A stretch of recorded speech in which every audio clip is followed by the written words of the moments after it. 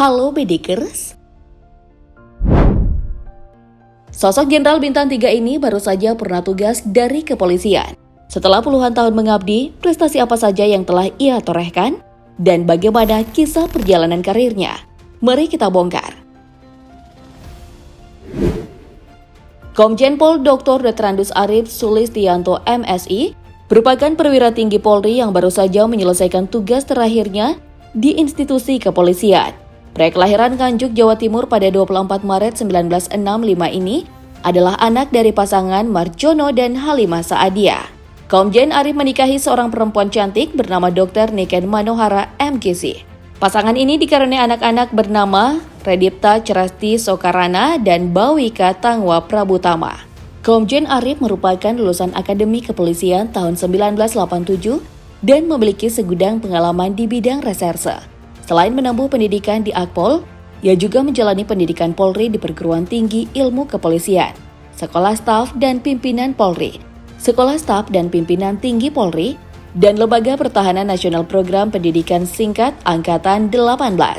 Tak hanya itu, Komjen Arif juga pernah menimba ilmu magister di jurusan Kajian Ilmu Kepolisian Universitas Indonesia dan Doktor Ilmu Hukum Universitas Pelita Harapan Jakarta. Komjen Arif menyelesaikan masa studinya dengan predikat summa cum laude melalui disertasinya yang berjudul Disharmoni Hukum dalam Regulasi Proses Penyidikan Tindak Pidana Pencucian Uang di Indonesia.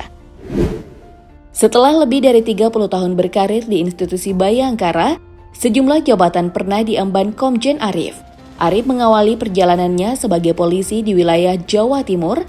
Ia pernah menjabat sebagai Kepala Satuan Serse di Polres Malang. Lalu dilanjutkan di Polres Sidoarjo dan Polres Pasuruan. Pada tahun 1995, Arif berpindah tugas ke wilayah Jakarta dan sekitarnya. Ia pernah ditugaskan menjadi Kepala Polsek Kota Bekasi dan Kepala Polsek Metro Pasar Minggu. Setelah kurang lebih 8 tahun berkarir di ibu kota, Arif dirotasi sebagai Kepala Polres Indagiri Hilir Polda Riau di tahun 2003. Nama Arif Sulistianto mulai dikenal luas oleh masyarakat saat dirinya bertugas sebagai penyidik dalam tim khusus kasus besar yang sempat menyedot atensi publik, yakni pembunuhan aktivis hak asasi manusia Munir Said Talib. Munir merupakan salah satu aktivis pendiri Komisi untuk Orang Hilang dan Korban Tindak Kekerasan. Ia tewas pada 7 September 2004 di dalam pesawat. Usai menangani kasus Munir, karir Arif kian melejit. Pada tahun 2014, ia dipercaya untuk menduduki jabatan sebagai Kepala Polda Kalimantan Barat. Selama menjalankan tugasnya, ia pernah menjebloskan 2 perwira polisi yang terlibat kasus pidana kebalik jeruji besi. Yang pertama adalah AKBP Edi Triswoyo yang tersandung kasus markup anggaran telekomunikasi Polda Kalimantan Barat. Sementara yang kedua, yakni AKBP Ida Enri Prastiono yang terlibat kasus peredaran narkoba. Rampung dari Kalimantan Barat, Arif ditugaskan sebagai asisten sumber daya manusia Kapolri selama 1 tahun. Tito Karnavian yang saat itu menjabat sebagai Kapolri mengakui bahwa sosok Arif merupakan perwira tinggi Polri yang bersih. Selama menjalankan tugasnya sebagai asisten SDM, Arif dinilai cukup berprestasi dalam membina anggota polisi, termasuk dalam penerimaan anggota baru. Berkat pengalamannya dalam menangani kasus-kasus besar serta pembinaan sumber daya manusia, Arif pun dipercaya untuk mengemban jabatan sebagai Kepala Badan Reserse Kriminal Polri, yang memimpin Bareskrim dari Agustus 2018 hingga Januari 2019. Arif hanya mengemban jabatan Kepala Bareskrim selama 5 tahun, lantaran dirinya ditunjuk sebagai Kepala Lembaga Pendidikan dan Pelatihan Polri. Lalu pada awal tahun 2021, nama Arif sempat masuk dalam bursa calon Kapolri. Ia menjadi salah satu dari 5 calon yang namanya diusulkan oleh Komisi Kepolisian Nasional sebagai pengganti Jenderal Idam Aziz. Namun pada akhirnya, Presiden Joko Widodo menunjuk Listio Sigit Prabowo sebagai Kapolri. Sementara Arif menjalankan tugas sebagai Kepala Badan Pemeliharaan Keamanan Polri, menggantikan Komjen Agus Andrianto yang ditunjuk sebagai Kepala Bareskrim Polri. Ketika masih menjabat sebagai Kabaharkam Polri, Komjen Arif sempat angkat bicara mengenai berbagai kasus besar yang terjadi di tahun 2022. Menurutnya, kasus-kasus berat ini amat sangat merugikan institusi Polri. Kasus-kasus yang dimaksud Komjen Arif adalah kasus pembunuhan yang melibatkan Ferdi Sambo, kasus tragedi Kanjuruhan, dan kasus narkoba yang menjerat Teddy Minahasa. Ia menuturkan, kalau kejadian-kejadian ini bisa menjadi pelajaran bagi seluruh anggota kepolisian.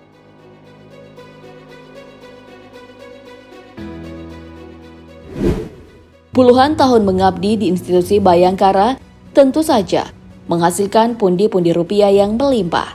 Dilansir dari LHKPN, Komjen Arief Sulistianto tercatat memiliki harta miliaran rupiah. Harta kekayaan ini meliputi tanah dan bangunan, koleksi kendaraan, harta bergerak lainnya, hingga kas dan setara kas. Komjen Arief memiliki 13 titik lokasi tanah dan bangunan yang tersebar di beberapa kota, di antaranya Jakarta Timur, Bekasi, Cianjur, Karanganyar, Jakarta Selatan, Pekanbaru, dan Batam. Nilai setiap unitnya pun beragam, mulai dari puluhan juta rupiah hingga miliaran rupiah. Adapun total nilai tanah dan bangunan ini mencapai 7,1 miliar rupiah.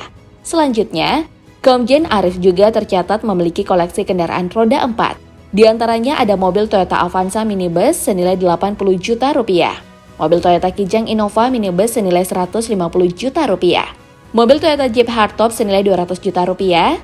Mobil Innova Venturer senilai 403 juta rupiah dan mobil Toyota Alphard minibus senilai 800 juta rupiah. Tak hanya itu, Komjen Arief ternyata memiliki harta bergerak lainnya senilai lebih dari 2,2 miliar rupiah, serta kas dan setara kas senilai lebih dari 3,6 miliar rupiah. Dengan ini, total nilai harta kekayaan Komjen Arief Sulistianto adalah 14,7 miliar rupiah.